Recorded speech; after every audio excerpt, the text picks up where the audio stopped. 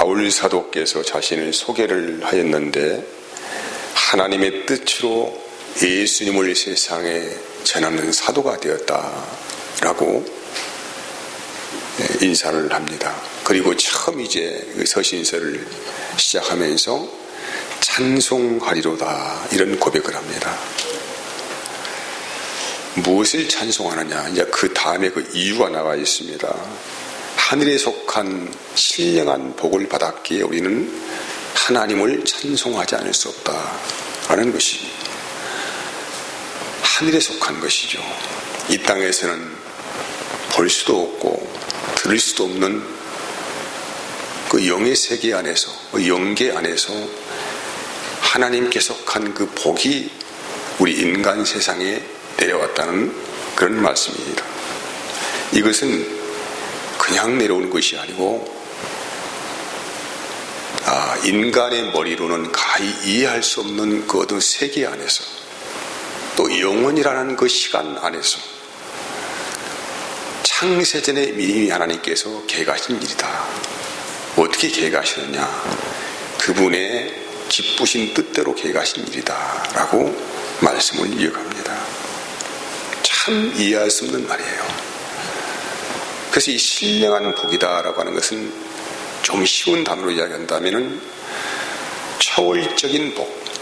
이제 초월이라고 하는 것은 이제 우리 인간 세상의 모든 시스템을 다 무너뜨리고 우리가 생각할 수도 없고 상상할 수도 없는 어느 차원에서 이루어진 일이라는 것입니다. 그래서 이것은 초월적인 복, 신령한 복이다라고 하는 거예요.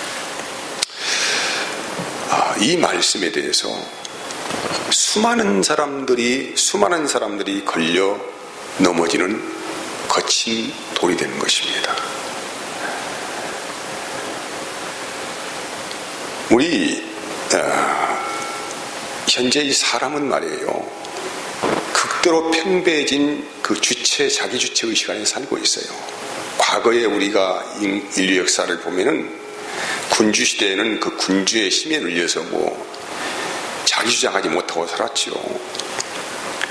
그리고 이제 어떤 종교적인 어떤 힘에 의해서 역시 철저하게 자기 주체성이 유린되어진 상태에서 그냥 아무 말 하지 못하고 살다가 이제는 모든 것이 개방된 사회에서 우리가 살고 있습니다. 이 시대에 팽배해지는 것은 자기 주체 의식이에요. 저마다 자기 목소리를 내고 자기의 생각을 다 말할 수 있는 그런 시대를 우리가 살고 있는데, 이런 시대적인 지성을 가지고 있는 사람들이 어떻게 이런 하나님의 말씀을 받아들일 수가 있겠느냐 이 말입니다. 초월적인 하나님의 선적인 역사 안에서, 그 시간 안에서, 가히 상상할 수 없는 어떤 세계 안에서, 영원이라는 시간 안에서 이미 창세전에, 이 세상이 있기도 전에 하나님이라는 신이 어떤 사람을 하나님의 자녀로 구원하시기로 예정을 하셨다. 이 말씀을 도저히 지금 시대 사람들의 머리로는 받아들일 수 없는 그런 말씀인 것입니다. 노아 시대의 당시에 지구상에 하나님의 진노가 임했습니다. 그래서 전 인류가 그 당시에 인구가 얼마나 되는지는 짐작할 수는 없겠지만은, 아무튼지간에 지구상에 살고 있는 모든 사람들이 하나님의 진노의 심판을 받고 홍수로 멸망을 당할 때에 하나님의 은혜를 입은 노아의 가족 8명만 구원을 받았습니다. 이 말씀을 어떻게 이해할 수가 있겠습니까? 하나님이 그런 하나님이냐? 하나님은 사랑의 하나님이라고 하는데 어떻게 전 인류를 다 쓸어버리고 노아 가족만 8명만 구원할 수가 있겠느냐? 어떻게 그 가족만 은혜를 입었느냐? 이 말씀을 뒤집어 생각해 볼 때 지금 우리의 이성으로는 도대체가 이것은 납득이 가지 아니하고 설명이 되지 않는 부분이란 말이에요. 창세기 22장을 읽어보면은 아브라함이라고 하는 사람이 나와요. 그냥 아브라함이 아니죠. 어떻게 아브라함이 되었습니까? 하나님께서 아브라함을 찾아가셨어요. 그래서 거기에서 우상 단지에서 그를 불러내시고 하나님이 약속한 땅으로 아브라함 가족을 이동시키셨습니다. 그래서 우리는 아브라함을 알게 된 것입니다. 그를 믿음의 조상이라고 우리가 말하는 거예요. 그런데 하나님께서 가나안 땅으로 이 가족을 이동시켜가지고 처음에 아브라함이 약속한 이 자식을 주겠다는 언약을 언제 이루셨냐면은 아브라함의 나이 100세가 될 때에 이삭을 주심을 통하여서 하나님께서 그 약속을 완성하신 것입니다. 그런데 아브라함은 이 하나님의 언약의 말씀을 믿지 못하여서 자기 스스로 어떤 자식을 낳으려고 시도를 해봤지 않습니까? 근데 하나님은 그때마다 아니다. 그 자식은 아니다. 약속의 자녀가 아니다. 이렇게 계속 노 하시더니 100세가 되어서야 비로소 하나님께서 약속을 완성하셔서 이삭이라는 약속의 자녀를 주신 것입니다. 무슨 말을 하고 있습니까? 하나님이 약속하신 그 메시지 안에 하나님의 혈통이 있고 씨앗이 들어있다는 거예요. 창세기 25장을 또한 읽어가면은 이삭의 아내 리브가가 아이를 배웠는데 쌍둥이 아이를 배웠어요. 근데 이 산모의 고통이 굉장히 심했습니다. 왜냐하면은 쌍둥이가 그냥 있는 것이 아니고 매일 서로가 발기질하고 어머니 뱃속 안에서 발기질하고 싸움질하고 이렇게 하니까는 리브가가 굉장히 근심이 되어서 하나님께 물어봤잖아요. 근데 하나님께서 뭐라고 하셨냐면 네 태중에 두 국민이 있다라고 말씀하신 거예요. 그러니까 생각해 보시라고요. 이 기가 막힌 말씀 아닙니까? 아직 생명이 잉태가, 이 어머니 뱃속에 생명이 잉태가 되어서 무엇을 제가 알겠습니까? 천지분간을 하지 못하고 그냥 이 컴컴한 뱃속에서 선이 뭔지를 압니까? 악이 뭔지를 압니까? 세상이 뭔지를 압니까? 하나님이 뭔지를 압니까? 아무것도 모르는 이 상태 안에 있는 이 어머니의 뱃속에 있는 이 아이를 향하여서 하나님께서 말씀하신 거예요. 네 뱃속에 두 국민이 있다. 이 말씀을 분명히 하신 거예요. 그때 하나님께서 이 말씀을 하신 것을 로마서 기자는 이렇게 또 번역을 했습니다. 로마서 9장 10절에서 11절까지 말씀 보면은 그뿐 아니라 또한 리브가가 우리 조상 이삭 한 사람으로 말미암아 임신하였는데 그 자식들이 아직 나지도 아니하고 무슨 선이나 악을 행하지 아니한 때에 택하심을 따라, 중요하잖아요. 하나님의 택하심을 따라 되는 하나님의 뜻이 행위로 말미암지 않고 오직 부르시는 이로 말미암아 서게 하려 하사라는 것입니다. 선한 일이나 악한 일을 하기 전에 아무런 천지분간을 하지 못한 이 핏덩이 어린 아이가 생명 아이 어머니 뱃에 잉태되어 있는 때에 하나님께서 그를 택하시고 부르신 것이다. 근데 그때 부른 것이 아니고 이미 창세 전에 하나님의 언약 안에서 한 생명이 그렇게 잉태되기로 작정된 것이다, 이 말씀이에요.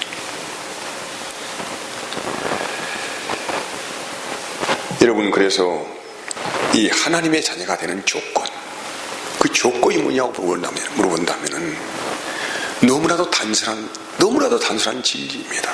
이것은 전적으로 하나님의 선택이다. 그 사람이 뭐 성품이 좋다거나 인간성이 좋다거나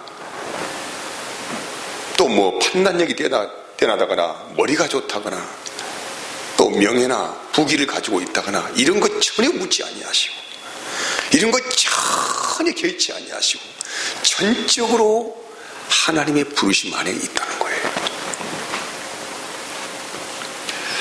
이유가 무엇입니까? 이유는 성경은 아담 하와의 타락부터 시작해서 전적으로 그 이후에 태어난 모든 인생들은 다 영적으로 죽은 존재라고 밝히고 있습니다. 이 영적으로 죽었다고 하는 이 말씀 안에는 하나님을 인간의 능력으로는 전혀 인식을 할 수 없는 상태로 살고 있는 사람들을 말씀하는 거예요. 영이 죽은 사람들은 하나님을 알 수가 없어요. 저기 하늘에 뜨는 별이나 해는 이렇게 보이니까 알 수는 있겠지만은 영이 죽어 있는 존재들은 하나님에 대해서 전혀 무감각한 상태를 가지고 있는 것입니다. 무엇과 같습니까? 여러분, 아무리 두뇌가 뛰어난 어떤 짐승이 있다 할지라도 이 짐승은 영이 없는 존재이기 때문에 어떤 신을 의식할 수 없는 것과 같은 거예요. 영적 생명이 완전히 단절된 상태에 있는 인간이 어떻게 하나님을 선택할 수 있고 그분을 인식할 수가 있겠느냐 이 말이에요. 그래서 하나님의 지혜라고 하는 것은 무엇이냐? 이 영적으로 죽어있는 생명이 스스로가 하나님을 찾아올 수가 없기 때문에 하나님께서 이 영혼들을 구원하시는 통로를 통하여서 어떻게 말씀하시냐면 창세전에 이미 하나님께서 그 기쁘신 뜻대로 모든 계획을 세우셨다는 것입니다. 이것이 하나님의 탁월하신 지혜라고 할 수가 있는 거예요.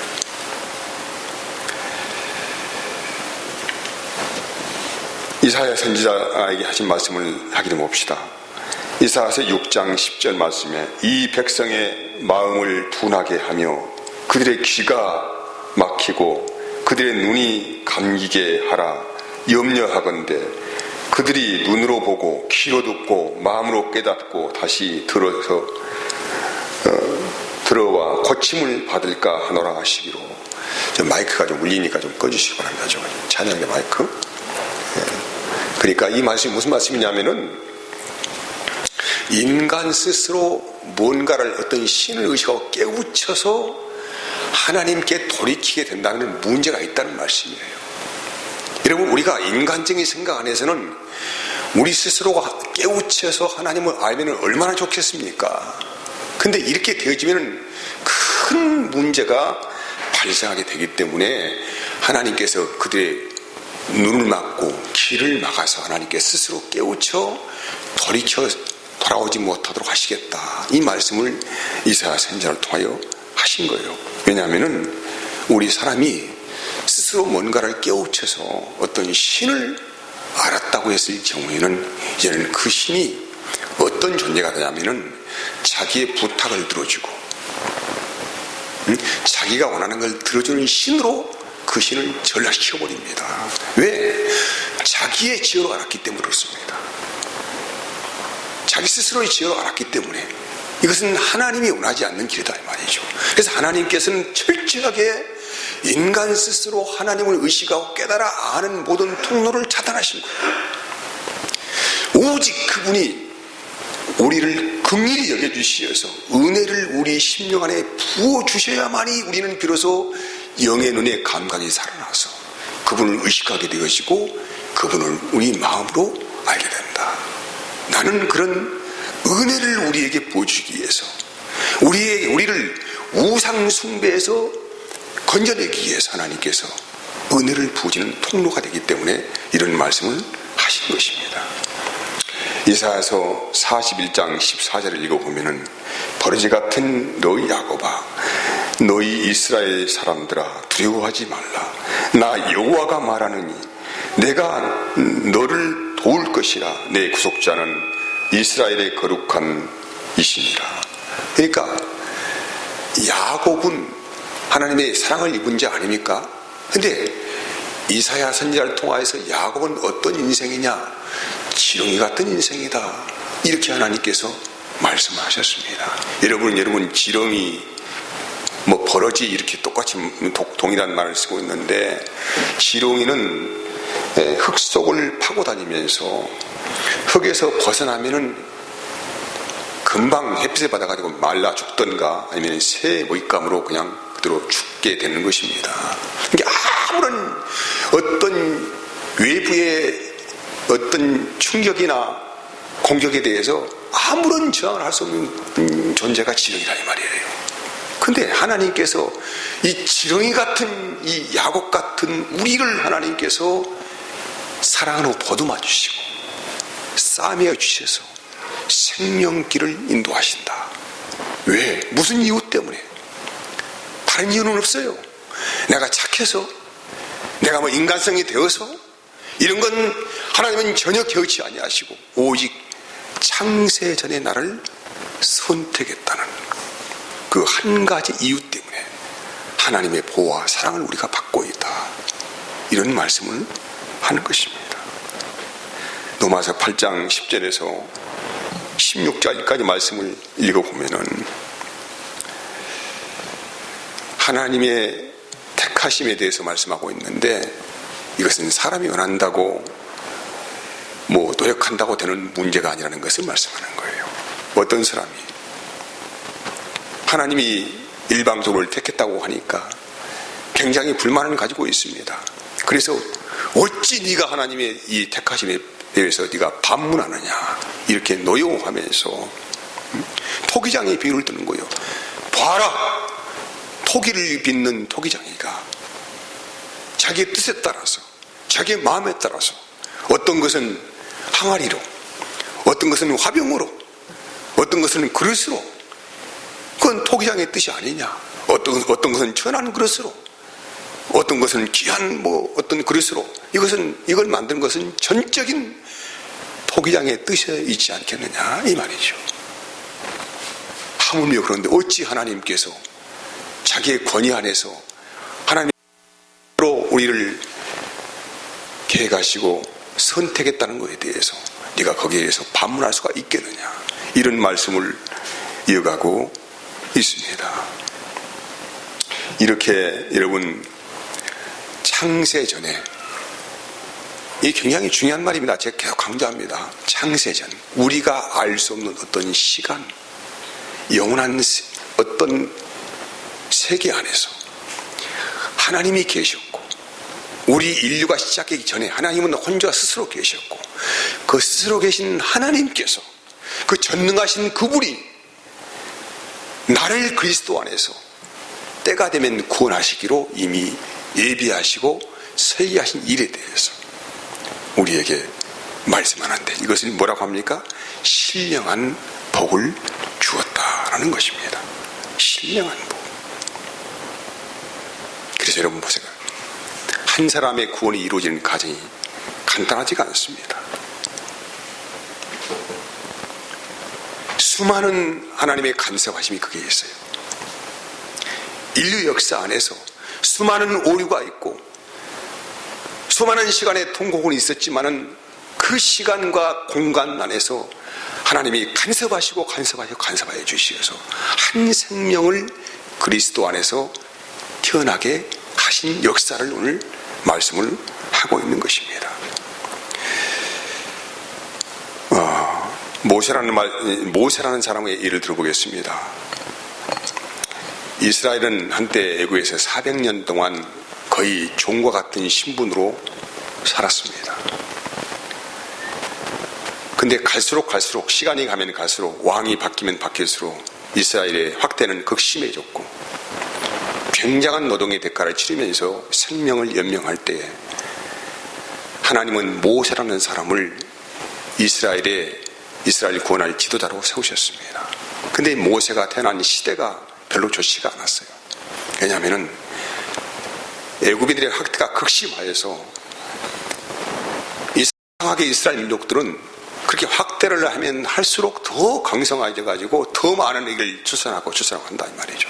그러니까 굉장히 기하급수적으로 인구가 불어나는 거예요. 여기에 위협을 느낀 그 당시에 파라오 왕이 이스라엘 아이 가운데서, 갓난 아이 가운데서 여자 아이들은 살려두고 산의 아이는 다 죽여버리라고 전국에 명령을 내립니다. 그 시대에 모세가 태어났어요. 모세의 어머니가 모세를 숨기다가 안 되겠기에 더 이상 숨겨서 지울 방법이 없었어요. 그때 마음에 작정을 합니다. 갈대아 상자를 만들고 거기에 어린 이 아이를 담아가지고 하나님께 맡기로 결정을 했습니다. 그래서 이 나일강 하수를 따라가서 거기에 아이를 버려버렸습니다. 갈대아 상자에 담아서. 근데 마침 그때 애굽의 왕의 공주 하셉투스가 나일강에 목욕하러 왔다가 어린 아이가 갈대숲 안에서 갈대 상자에서 싱글벙글하고 이쁜 얼굴로 웃고 있는 거예요. 거기에 홀딱 빠져가지고는 이 공주가 마음을 아이에게 줘버렸어요. 아이를 궁중으로 데려갔습니다. 그때부터 아이의 어머니처럼 이 아이를 잘 돌봤다는 것이죠. 정말 신비한 역사입니다. 하나님께서는 이 모세를 통하여서 이제는 이스라엘의 구원 역사를 이루어가시는 구원의 리더로 하나님께서 세우셔 가셨다는 것입니다. 한 아이가 태어난 이 시대 안에서 많은 생명이 그대로 죽음을 당하는 이 시대 안에서 하나님께서 모세라는 사람을 지목하셔가지고 그의 생명을 보호하시고 은혜를 부어주시고 왕궁에 자라게 하시고 각종 교육을 받게 하시고 그런 가운데 이스라엘 민족을 구원할 구원의 리더로 하나님이 세우시는 것, 이것을 뭐라고 합니까? 하나님의 간섭하십니다. 하나님의 섭리적 역사하십니다. 이렇게 말씀을 하고 있습니다. 정말로 하나님은 탁월한 지혜자이십니다. 창세전에 하나님께서 언약하신 백성을 선택을 하셨습니다. 그리고 요한복음 1장 10절 이렇게 말씀하셔요. 영접하는 자 곧 그 이름을 믿는 자들에게는 하나님의 자녀가 되는 권세를 주셨으니 어떻게? 13절 이는 혈통으로나 무엇으로?